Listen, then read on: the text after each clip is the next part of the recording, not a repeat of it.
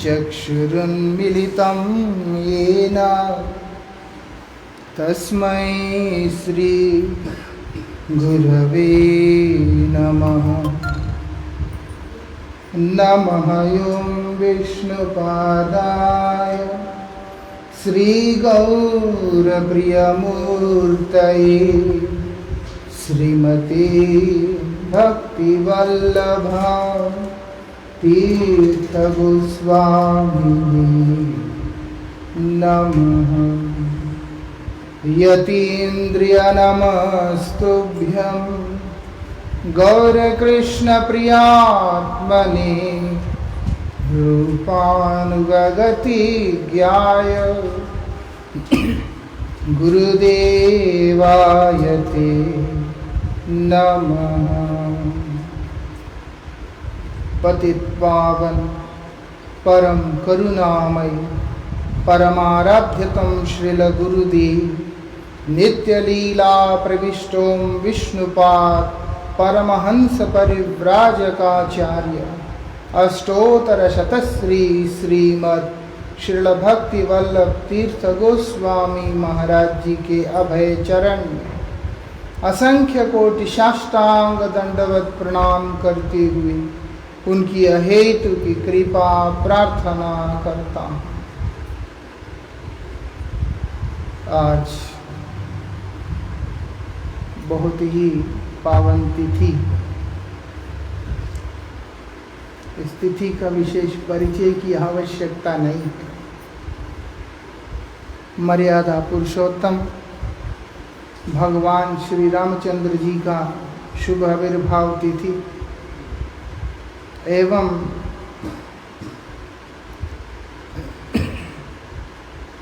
हमारे परमाराध्य भगवान श्रील गुरुपाद पद्म नित्य लीला प्रविष्ट श्री श्रीमद् भक्ति वल्लभ तीर्थ गोस्वामी महाराज जी का शुभ आविर्भाव तिथि है। गुरु महाराज जी के लिए क्या बोलना है, कहाँ से बोलना है, ये हर एक के लिए एक बहुत बड़ा चैलेंज होता है। कोई भी हो, कुछ भी बोल सकते हैं। कृष्ण का गुणगान करना आसान है, गुरुदेव का महिमा गुणगान करना आसान नहीं।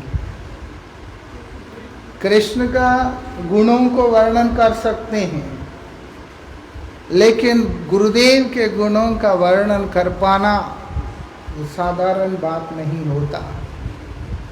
लेकिन इतना जरूर है कि परमाराध्य गुरुदेव का जीवन अगर हम देखते हैं वो भगवान की तरह है। जिस प्रकार गीता जी में भगवान बोलते हैं सब कुछ मेरे ही द्वारा है, मेरे से बाहर कुछ नहीं है, मेरे से परे कुछ भी नहीं है। और परमाराध्य श्री गुरुदेव भी ऐसे ही, इनसे बाहर कुछ भी नहीं है।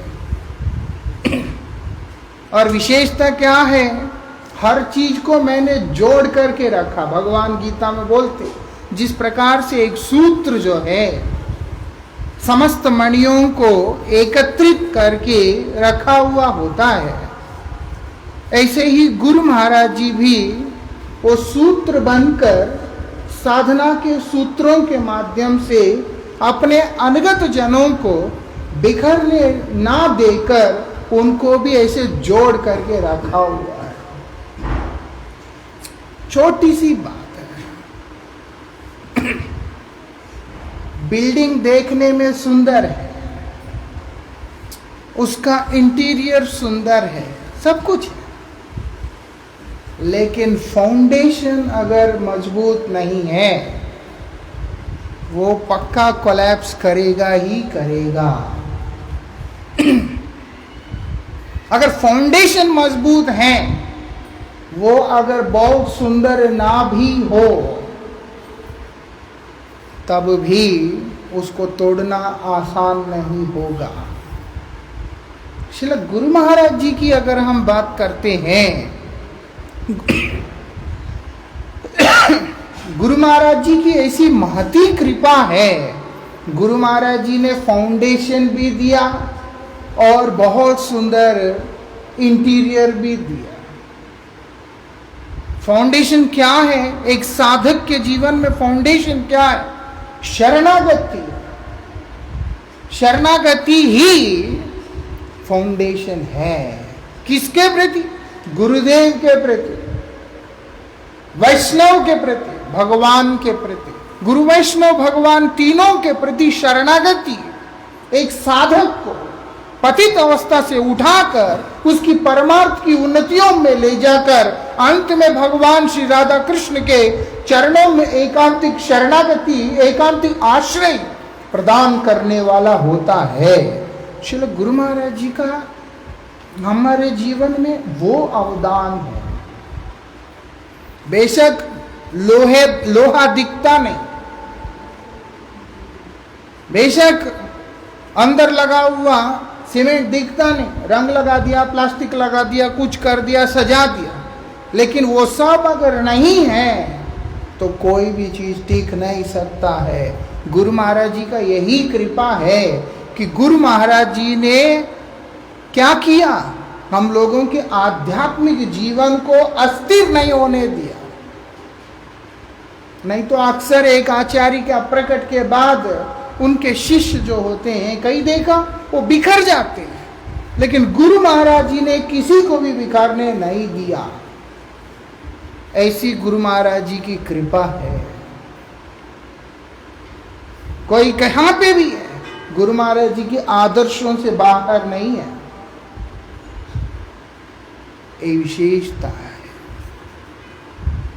गुरु महाराज जी का जब बात आता है, इस बार मैं पश्चिम बंगाल यात्रा में गया था, मुर्शिदाबाद में।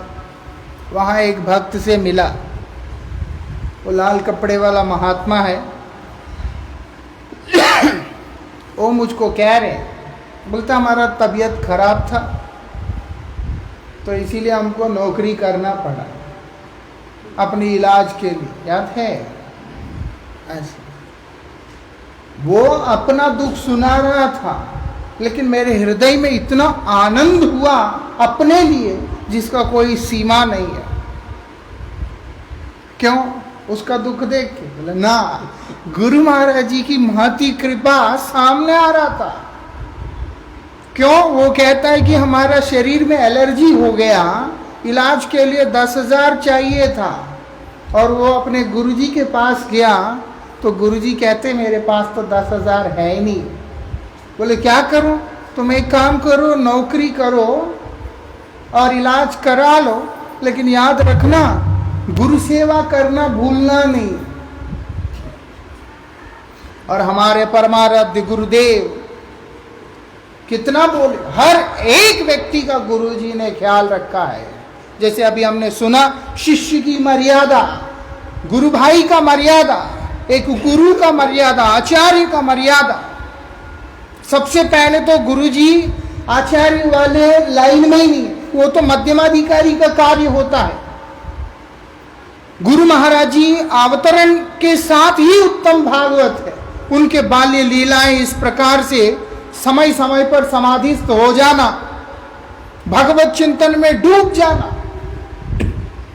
मान लो वो सब हमने नहीं भी अपने आंखों से देखा, जो हम लोगों ने गुरुवर्गों के मुखारविंद से जो श्रवण किया था कि गुरु महाराज जी परम गुरुदेव के अप्रकट के कुछ दिन पूर्व ही गोवर्धन में आ चुके थे कि मेरे गुरुदेव अगर नहीं प्रकट हैं तो मैं वहां पर रह के क्या करूंगा। आ गए थे गुरुजी, जोर जबरदस्ती करके बंदूक के नोक पे गुरुजी को जो है वापस लेके गए हैं। गुरुजी आने ही नहीं जाते थे। फिर गुरु महाराज जी का एक गुरु भ्राता श्री प्रहलाद गोयल जी जो है, उन्होंने बंदूक जो है अपने पे रख के, अगर आप नहीं जाएंगे मैं खुद को मार लूंगा। तो गुरु भाई ऐसे बोलते हैं, बोल के गुरुजी जोर जबरदस्ती कलकत्ता पहुंचते, जबकि उनका मन नहीं है। गुरुजी परम गुरु महाराज जी के बाद उस स्थान में ही नहीं रहना चाहते। और वही गुरुजी के ऊपर गुरुवर्गों का इतना बड़ा शासन कि आपको श्रीमठ का आचार्य पद को संभालना होगा। कितना कष्ट है। महाराज जो भरत जी हैं, श्री राम जी के प्रिय अनुज, उनको जब राम जी के आने तक उनकी प्रतीक्षा में राज्य कार्य को संभालना था, कितना कष्ट था, वो हमारी परिकल्पना से बाहर है। जब हम रामायण पढ़ते हैं, आत्मा श्रवण करते हैं, तो पता चलता गुरु महाराज जी का वही स्थिति है। वो उस स्थान में नहीं रहना चाहते और वहां पर उनको आचार्य पद के लिए आगे किया गया है। किस लिए स्वीकार किया उन्होंने? आखिरी तक गुरु महाराज जी ये बात बोलते रहे, केवल और केवल गुरु जी का आदेश है, उनका सेवा है, इसीलिए हमको करना पड़ रहा है। यद्यपि उनकी इच्छा नहीं है, सब साधारण बात है। आचार्य की मर्यादा को रखते हुए चले वो। ये गुरु जी का वैशिष्ट है रहे। और जब गुरु महाराज जी 2010 में इस पद से मुक्त होने का संकल्प करते हैं, सारे गुरु भाई इकट्ठे होकर, जो वहां पर क्रंदन हुआ, जो लोग थे उनको मालूम है। फिर गुरु महाराज जी देर रात को बाहर आके क्या बोलते हैं? ये नहीं बोला कि आप लोगों की खुशी के लिए मैं आचार्य रहूंगा। गुरु महाराज जी का शब्द है, आप सबके माध्यम से मेरे गुरुदेव मुझे शासन कर रहे हैं, इसलिए जब तक हूं ये सेवा को मैं करूंगा। है ना? गुरुजी का यही शब्द था। गुरुजी ने ये नहीं बोला कि तुम लोग दुखी हैं, तुम्हारा मन रखने के लिए मैं इस सेवा कार्य को करूंगा ना।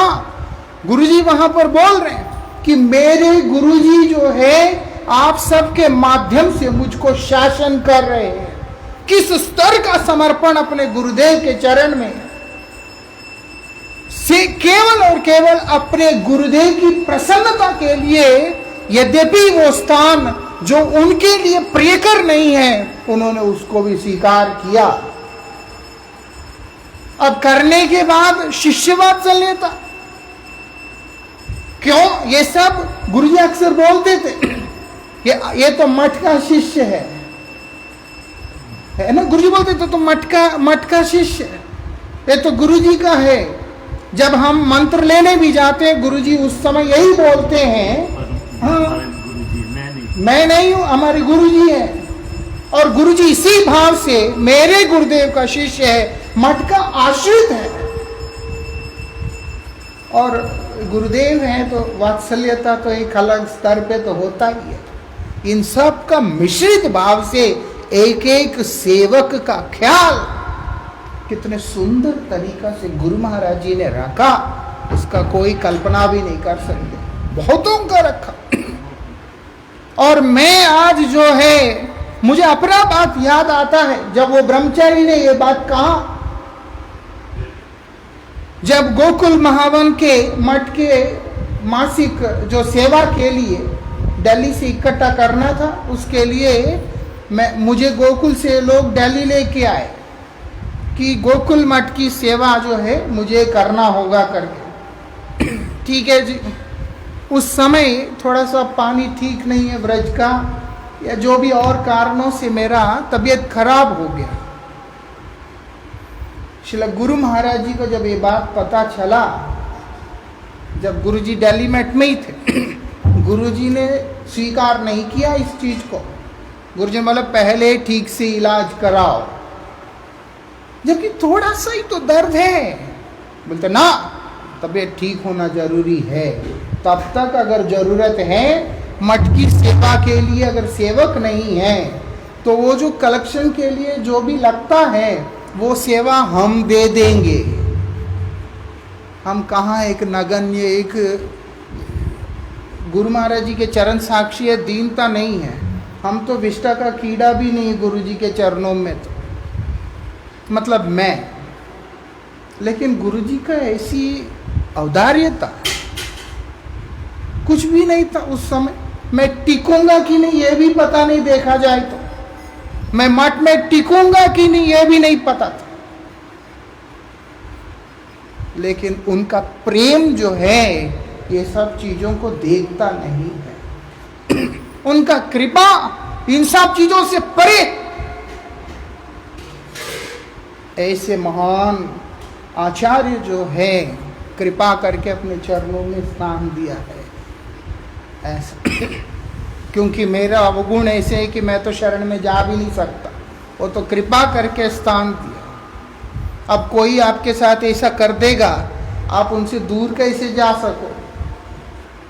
समय समय पर अपने प्रेम देकर गुरुजी ने खींच लिया अपने तरफ। कोई खास बीमारी नहीं, बोलते नहीं इलाज कराओ। जब ऐसी ऐसी बातें सुनते, खांसी होता है मुझको तो ये तो एक बचपन से ही है, ये कभी जाता नहीं मुझे छोड़ के। श्रील गुरु महाराज जी अपने दवा उठा के दे देते कि इसको खाओ। क्यों? हॉस्पिटल है, डॉक्टर है और दवाई ना। वो जिस चीज को अच्छा समझ रहे हैं वो चाहते हैं कि उनके आश्रित जनों के लिए भी वही होना चाहिए। महाराज जी मुझे ना पाइल्स की थी, कई साल पाइल्स थी। गुरु महाराज जी कलकत्ता से पता नहीं किस किस के माध्यम से कलकत्ता से पाइल्स की दवा मेरे लिए भेजते। ये उनका विशेषता है गुरु जी का। यह व्यवहार नहीं है, ये व्यवहार नहीं है। लोगों की व्यवहार कुशलता है, लेकिन गुरु जी का ये व्यवहार कुशलता नहीं है। गुरु जी का ये स्वभाव है हर एक का चिंता करना। जो भजन करने के लिए इच्छुक है, जो सेवा करने के लिए इच्छुक है, या जो पति भी क्यों ना हो, हर एक के प्रति गुरु महाराज जी का करुणा ऐसी बरसती रहती है। कितने बार देखा। इसलिए श्री गुरु महाराज जी का आज व्यास पूजा है। गुरु जी की असंख्य लीलाएं हैं जो हम लोग समय समय पर अनेक भक्तों से श्रवण करते हैं, लेकिन उनकी जो शिक्षाएं जो कि एक साधक के लिए बहुत ज़रूरी होता है। गुरु महाराज जी ने कभी भी अंदर गलत चीज को बढ़ने नहीं दिया। संत का एक गुण होता है, महापुरुष का एक गुण होता है, वो क्या करते हैं कि अगर आपके अंदर कोई भी गलत चीज वो पनप रहा है उसके ऊपर प्रहार करते हैं। ये महापुरुषों का ये गुण होता है ताकि वो अंदर ना बढ़े। श्री गुरु महाराज जी का ऐसे ही उपदेश था मेरे लिए कि वैष्णव अपराध कभी भी नहीं करना। और अद्भुत बात है, जितना मुहूर्त तक मुझे गुरु महाराज जी का स्मरण रहता है उतना मुहूर्त मेरे से कभी भी अपराध नहीं होता। लेकिन जो मुहूर्त में गुरुदेव का विस्मृति, अन्य किसी का संग होता है, उसी समय ये गंध अंदर से निकल के बाहर आता है। गुरु महाराज जी का उपस्थिति अपने आप में इतना प्रभाव है। ऐसा नहीं कि केवल उपदेश था, गुरुजी साथ रहकर, गुरुजी साथ में रहकर हाथ पकड़कर साधक को चलना सिखाते हैं। इसको मैं अनुभव किया। जब मुझे गुरुदेव का स्मृति रहता है, मैं अगर किसी प्रकार का गुरुजी की सेवा में रत हूं तो उस समय मुझे किसी के प्रति अपराध का बोध नहीं आता। लेकिन जब मैं खाली रहता हूं या मैं किसी अन्य व्यक्तियों के मध्य में रहता हूं तो निश्चित रूप से मेरे अंदर कई सारे चिंतन चलते रहते हैं। वो ये भी एक कारण है, मेरे साथ रहने वालों को मैं हमेशा परेशान करता हूँ। किताब का काम किया, मैगजीन का काम किया, ये किया वो किया, क्योंकि अगर मैं ये सब नहीं करूँगा तो मैं गुरुदेव के चरणों में अपराधी हो जाऊंगा। गुरुजी की ऐसी कृपा है, साथ रख कर, क्योंकि अपराध जहां होगा वहां हरिनाम नष्ट होगा। हरिनाम नष्ट होगा मतलब क्या? हरिनाम करने की जो वृत्ति है उसके ऊपर आक्रमण होगा। जब व्यक्ति हरिनाम करने की इच्छा जिसका खत्म हो जाएगा, वो व्यक्ति कभी भी परमार्थ में आगे नहीं बढ़ सकेगा। ये विशेषता। और गुरु महाराज साथ रहकर उन अपराधों से बचने के लिए प्रेरणा देते रहते हैं हमेशा। और एक विशेष चीज जो मेरा वास्तविक संपत्ति है, मैं ऐसा मानता हूँ उसको, गुरु जी का एक उपदेश। गुरु महाराज जी उसमें अम्बरीश महाराज के बारे में बोलते हैं। अम्बरीश महाराज के बारे में बोलते हुए गुरु जी बोलते हैं, जो आदमी कमाया, मेहनत करके कमाया और बनाया, उसके बाद वो अगर कहता है कि मैंने बनाया, बोलते वो भी गलत है। और गुरु महाराज जी बोलते हैं, दान के पैसे से लाकर बनाकर तुम मालिक समझता है। गुरु बोलते हैं शर्म नहीं आती। थोड़ा सा शब्द भारी है, लेकिन वो संपत्ति है। गुरु महाराज जी की वो जो कथा है, वो इतना बड़ा संबल बना है जीवन का कि देवस्य हरण करने से बचा लिया आज तक। ऐसा गुरु जी प्यार करते, लाड करते हो तो है, लेकिन ये जो शासन है, वो जो संबल है एक साधक के लिए, वो बहुत बड़ी बात होता है। गुरु जी ने दिया इतना। किसी ने मुझे एक बार कहा था कि महाराज आप तो नसीब वाले हैं, आपको तो विदेश जाने का मौका मिल गया। होता है किसी किसी के लिए विदेश ही सब कुछ होता है, बेचारों के लिए, उनको उससे आगे कुछ दिखता नहीं। और अगर अमेरिका जाने का मौका मिल गया तो गोलोक प्राप्ति हो गया उसको। अब मुझे ऐसा बोला कि हाँ, गुरु जी मुझे वो एक भक्त ने ऐसा बोला, आपका तो भाग्य है कि आपको विदेश जाने का मौका मिल गया। मैं मतलब प्रभु जी ऐसा नहीं है। तो व्यक्ति मुझे उसको फील हुआ सामने से कि मुझे ठीक नहीं लगा। वो कहते नहीं, वहाँ का लोगों का मंगल करने के लिए गुरु जी ने भेजा। मैंने उनसे कहा था कि मैंने बोला ये बात सच नहीं है। गुरु जी जानते हैं कि इसको जो है विषयों में रुचि बहुत है, विषयों में रुचि बहुत है, इसीलिए मैं इसको अपने साथ में लेके जाता हूं और वो सारे जगह घुमा देता हूं, जिससे इसके अंदर वो जो आग है उस विषय को भोग करने का, वो मैं ही शांत कर दे सकूं। मैं ऐसा अनुभव करता हूं। इसलिए गुरुजी ने कृपा करके, गुरु महाराज जी के आदेश के पूर्व भी मुझको इंग्लैंड जाने का मौका मिला था, लेकिन गुरुजी का जैसा कृपा था ऐसे ही विदेश जाना हुआ महाराज श्री के साथ। और इतनी यात्रा करने के बाद ये मालूम पड़ता है कि वो तो गुरुजी का ही कृपा था।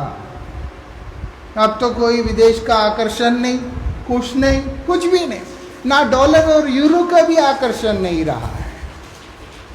कहने का मतलब है गुरु महाराज जी अंग संग रहकर जो जो चीजों से गड़बड़ हो सकता है एक साधक के जीवन में, उन सब स्थितियों में से बचाते हुए उसको उसके साधना में आगे लेकर के चलते हैं। ऐसे महान व्यक्तित्व है।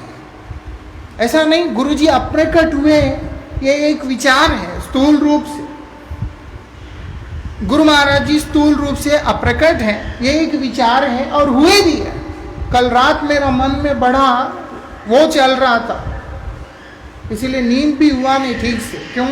20 अप्रैल 2017 को डेट के हिसाब से गुरु महाराज जी का अप्रकट तिथि रहा है और आज 21 अप्रैल 2021 को श्री रामनवमी तिथि पड़ रहा है। एक डेट है, एक तिथि है, लेकिन साथ साथ में आ गया। तो मन में गुरुदेव के प्रकट को लेके, अप्रकट को लेके कई सारी चीजें चलता रहा है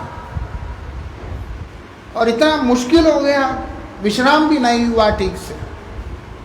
लेकिन एक चीज निश्चित है कि गुरु महाराज जी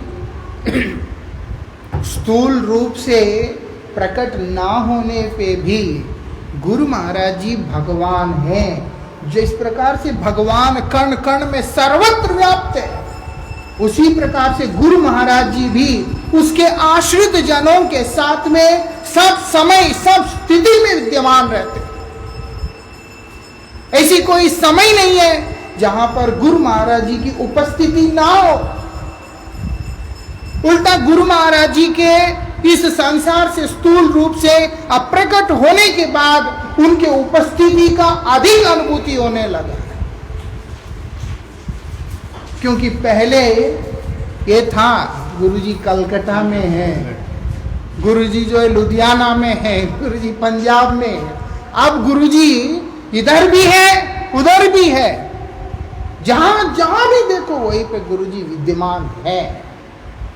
कितनी बड़ी कृपा है गुरु महाराज जी का। गुरु महाराज जी के उपस्थिति में, गुरु महाराज जी के अंग संग में ऐसा हो ही नहीं सकता कि किसी से किसी प्रकार का भूल हो जाए, क्योंकि वो होने ही नहीं देंगे। साथ में रहकर हाथ पकड़कर चलाते, रक्षा करते। ये मुझे अनुभव करने को मिला है, ये छोटी सी बुद्धि से। ये आज उनका आविर्भाव तिथि है। गुरुजी का बड़ी कृपा है, गुरुजी का यही कृपा है और केवल गुरु महाराज जी का ही हो सकता है और किसी का नहीं हो सकता। हमको किसी के अंदर बहुत गुण होने के बाद भी इतना सा अवगुण दिखने से हम लोग उसको अपने हृदय के करीब नहीं आने देते। लेकिन कोई गुण देखा ही नहीं, केवल अवगुणों से भरा हुआ एक व्यक्ति को भी अपने श्री चरणों से इतना भी रत्ती भर भी दूर नहीं होने दिया। ऐसे व्यक्ति तो केवल हमारे गुरुजी हो सकते हैं। शासन भी करते थे प्रीति के साथ, जिससे कि आदमी जो है टूटे ना, टूट जाए तो उनका क्या जाता है, लेकिन ना उसका परमार्थ नष्ट नहीं होना चाहिए। कितना चिंता, इससे बड़ा जीवों पर दया और क्या हो सकता है जो श्री गुरु महाराज जी का है और किसका हो सकता। हम परम सौभाग्यशाली है, ऐसे महान सर्वोत्तम सर्वश्रेष्ठ आचार्य शिरोमणि के चरण धूलि को प्राप्त करने का सौभाग्य लिया। ऐसा गुरुजी के पास आने के बाद ही मां शब्द का जो परिभाषा है उसको समझने का मौका मिला, क्योंकि वो ममता गुरुजी में ही देखने को मिला है।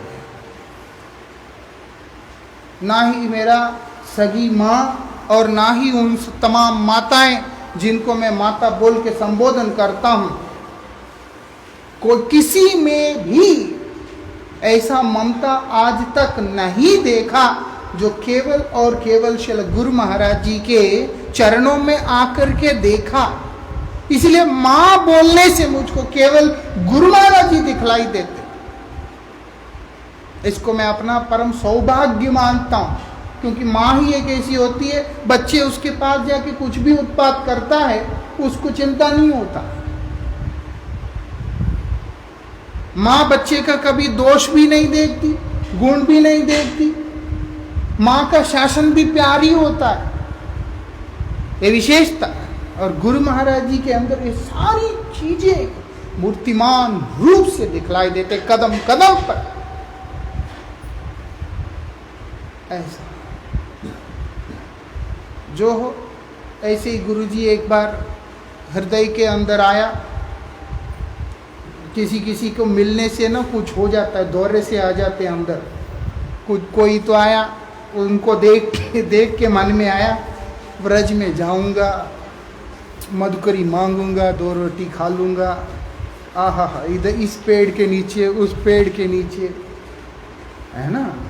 ये थियरी में बड़ा अच्छा लगता है ये थियरी में अच्छा लगता है, जब प्रैक्टिकल उस पे आता है तो अकल ठिकाने पे आ जाता है बिल्कुल। लेकिन उस समय था, क्योंकि गोस्वामी लोग कितना सुंदर भजन करते थे, आज इस पेड़ के नीचे रहते थे, कोई चिंता नहीं, कुछ नहीं। मैं भी सोच लिया, और कहाँ रहना है, वैकुंठात जनितो वरा मधुपुरी तत्रापि रासोत्सवाद वृंदारण्य मुदारपाणे रमणस्तत्रापि गोवर्धन राधा कुंडम इहमापि गोकुलपते प्रेमामृत अप्लावनाथ। राधा कुंड में रह रहा है ऐसा क्यों? राधा कुंड से श्रेष्ठ कुछ नहीं। अब रहना हमेशा टॉप चीज चाहिए, हल्का नहीं। अब मन में था राधा कुंड जाना है, मधुकरी मांग के खाना है बाबा जी बन के। ठीक है जी, हो गया। किसी को कुछ नहीं बोला मैंने, इतनी हिम्मत भी नहीं था। गुरु महाराज जी अमार भजन के ऊपर कथा करने लगे थे और मैं 3-4 आदमी के पीछे बैठा था। आगे आगे सीनियर बैठे हुए थे, मैं पीछे बैठा और मैंने सुन लिया था शुरू में ही वैष्णवों से, गुरुजी को अगर तुमने आकर्षित करना है हरिकथा में बैठे रहना, क्योंकि जो हरिकथा श्रवण पिपासु है गुरुजी को वो बड़ा अच्छा लगता है। और हमारा तो ऐसी कोई सेवा भी नहीं कि हम गुरुजी के पास जा सके, कुछ कर सके। ये एक ही तो सेवा है कि सामने बैठ के ध्यान से सुनो, उससे हमारा ही मंगल होगा हरिकथा सुनने से, क्योंकि गुरुजी को फॉलोअर्स की जरूरत नहीं है। गुरुजी ने ये चीज को मैं अपने जीवन में कभी भूल नहीं सकता। गुरु महाराज जी का एर्नाकुलम में प्रोग्राम था, अभी पूरा हॉल बड़ा सा बुकिंग कर लिया हमने, पोस्टर्स बना दी, सब कुछ कर दिया। लेकिन कमाल की बात यह है एक श्रोता भी नहीं आया। एम्प्टी हॉल, सिर्फ कुर्सियां डाले, इतने ऊंचाई पे गुरुजी के लिए आसन बना हुआ है। गुरुजी आए, कोई चेहरे पे एक्सप्रेशन नहीं। हमारा प्रोग्राम का टाइम जो होता है, अगर वो टाइमिंग पे नहीं शुरू होता या लेट होता है तो मुझे कुछ हो जाता है, या नहीं है तो ऐसा भी होता है कि अगर श्रोता नहीं है तो रुक जाते हैं, आने देते हैं, ऐसा भी होता है।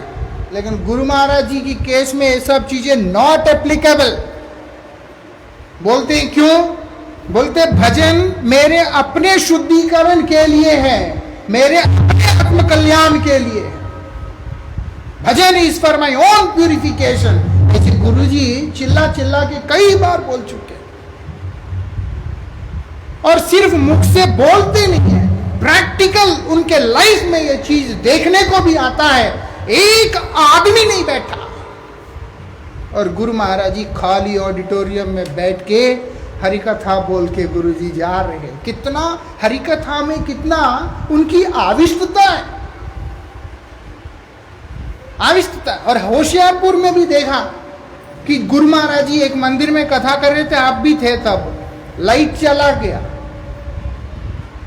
अरे लाइट चला गया, अंधेरा हो गया, माइक बंद हो गया, सब कुछ तो बंद हो गया, लेकिन गुरु महाराज जी का कथा बंद नहीं हो रहा। अंधेरा हो गया, किसी की चेहरा भी दिख नहीं रहा। किसको देख के बोल रहे हो? लाइट तो है नहीं, ऐसा भी नहीं कि इन्वर्टर लगा हुआ है, हल्का सा लाइट है, कुछ दिख रहा है, नथिंग। पूरा अंधेरा हो गया था उस मंदिर के अंदर, और गुरु महाराज जी वहां कथा कर रहे, माइक भी बंद हो गया, और गुरु महाराज जी कथा बोले जा रहे। बीच में माइक चालू हुआ फिर से, जब लाइट आया था। किसके लिए बोल रहे हैं? गुरु जी हमें सुनाने के लिए कभी भी कथा नहीं बोला है। ये चीज गुरु जी से सीखने को मिला। जब कभी भी कीर्तन करोगे हमेशा ये चीज को अपने दिमाग में रख के करना, ये कथा सिर्फ तुम अपने कल्याण के लिए बोल रहे हो। आज मैं अगर गुरुजी का महिमा कीर्तन कर रहा हूं, गुरुजी को स्मरण कर रहा हूं, ताकि गुरुदेव के चरणों में मेरा रति हो, उसके लिए, ना कि मैं गुरुजी के बारे में बोल कर कि मैं कुछ जानता हूं। न, ये शिक्षा वही से आया। जर्मनी में भी ऐसे ही हुआ था। तो जो हो, गुरु महाराज जी के कथा में सामने बैठने से गुरु जी को अच्छा लगता है कि ये हरिकथा रुचि है इसको। अब मैं सामने जाके बैठ गया 3-4 रो के पीछे, समझ तो आना नहीं कुछ, बंगला एक्सेंट था। अब होता क्या है, गुरुजी कथा कर रहे हैं अमार भजन, वो तो सब जानते हैं कितना भयंकर टॉपिक है। चंडीगढ़ मठ में गुरुजी ने 5 दिन कथा किया था अमार भजन के ऊपर, और पिन ड्रॉप साइलेंस हो गया था हॉल में, लोग कांप गए थे बिल्कुल। और अचानक कथा बोलते बोलते गुरुजी के नजरें मेरे पे पड़ा। गुरुजी बोलते, कौन जाके रह सकता है राधा कुंड में। आप कल्पना करो कि आपने गुरुजी को बताया ही नहीं है, ना ही किसी और को बताया। ऐसे जो आया हुआ कोई यात्रा में ब्रह्मचारी, कोई व्यास पूजा था गुरुजी का, चंडीगढ़ मठ का वार्षिकोत्सव था, कोई ब्रह्मचारी आया, उससे आपस में वार्तालाप हुआ, बस किसी को नहीं बोला। क्योंकि मेरे कोई दोस्त भी ज्यादा थे नहीं, मैं बहुत रिजर्व्ड आदमी था। लेकिन गुरु महाराज जी कथा करते करते अचानक मुझे देख के ऐसी उंगली करके बोलते, कौन रह सकता है राधा कुंड में। तब गुरुजी बोलने लगे कि ना, गुरुजी बोल रहे थे कि शांत, दास्य, साख्य, वात्सल्य का भी राधा कुंड का अधिकार नहीं है। ऐसे बोलते बोलते गुरुजी ने यही उपदेश किया, गुरुपाद पद्म का आश्रय लेकर गुरुस्थान में सेवा करते हुए हरिभजन करने से श्रेष्ठ और कुछ भी नहीं है। और गुरु महाराज जी ने प्रैक्टिकली अपने संपूर्ण जीवन उसी को करते हुए निकाला है। यद्यपि उनको कभी भी नहीं अच्छा लगता था ये सारी चीज, क्योंकि उनका व्यक्तित्व अलग टाइप का है, बहुत संकोची हैं, बहुत शर्मीले हैं, आप लोग जानते ही हैं बड़े सारे। इसलिए गुरु महाराज जी को जो है वो जो उस तरह का जो है वैभव गुरु जी को नहीं अच्छा लगता है। लेकिन फिर भी अपने गुरु की सेवा के जिस प्रकार से माधवेंद्रपुरी पाद प्रतिष्ठा से भयभीत होकर के ही तो खीरचोरा गोपीनाथ से राधी रात को ही चले गए थे। लेकिन भगवान की सेवा के लिए उसको स्वीकार करना पड़ा, तो पूरी में उन्होंने उसको स्वीकार किया, क्योंकि चंदन कर्पूर आदि को लेकर के सेवा में आना था। गुरु महाराज जी भी अपने गुरुदेव की सेवा के लिए जो आया वो गुरुजी का कृपा समझ के स्वीकार किया, लेकिन कभी भी गुरुजी ने किसी भी प्रकार की चीज को स्वीकार नहीं किया। और वो सारी चीज हम जैसे जो शिष्य हैं, जो सन्यासी हैं, उनको पतित होने से बचा लेता है।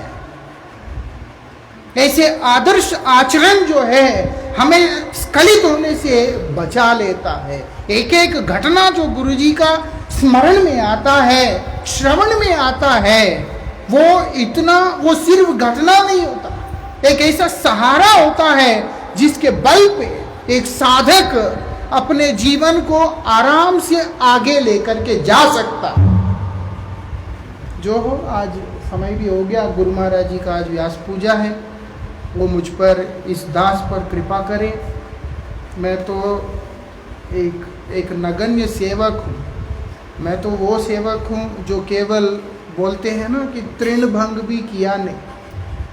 मुंबई आया, बैठ के खाया, चंडीगढ़ में था, बैठ के खाया, गोवर्धन आया, बैठ के ही खा रहा हूँ, मतलब खड़े होके खाते। और मैं अंदर बैठ के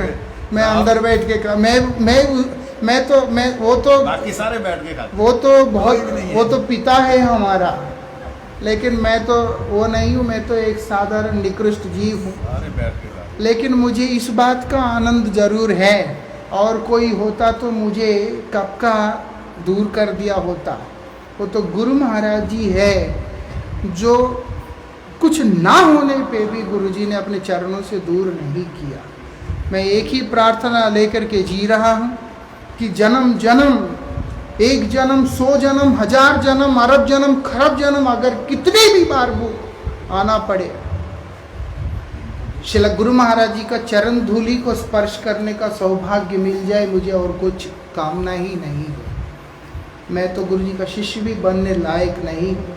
जो लोग गुरु महाराज जी के विचारों को, आदर्शों को, सिद्धांतों को अपने जीवन में धारण करके निष्कपट भाव से भजन कर रहे हैं, उन सबके चरणों का धूलि मेरे मस्तक पे हो। यही मेरा एकमात्र प्रार्थना है। पतित पावन परम करुणा